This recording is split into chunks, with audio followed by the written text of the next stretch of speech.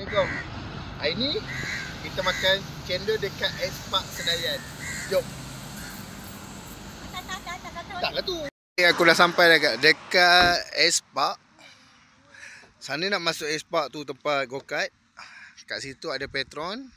Jalan lurus dekat tepi ni. Haha, tu dia. Centoy. Haha. Dekat sini kan dia ada ais cendol, cendol jagung, rojak mi, ada buah potong. Paduan. Dia punya feel tu kat sini. Sejuk tepi jalan. Tu high school. Yang belakang tu tempat go-kart dengan X-Park yang ada food court tu. Yang ni cendol jagung. Nampak? Nampak tak? Ada cendol, ada jagung. Centoy. Yang tu, Long. Cendol. Cendol jagung. Ini jagung saja.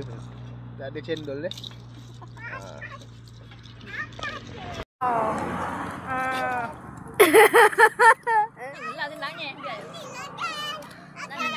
Nak sedap. Sedap.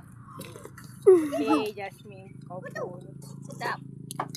Baru tengah rasa. Weh, kat sini ada rojak buah. Padu kan.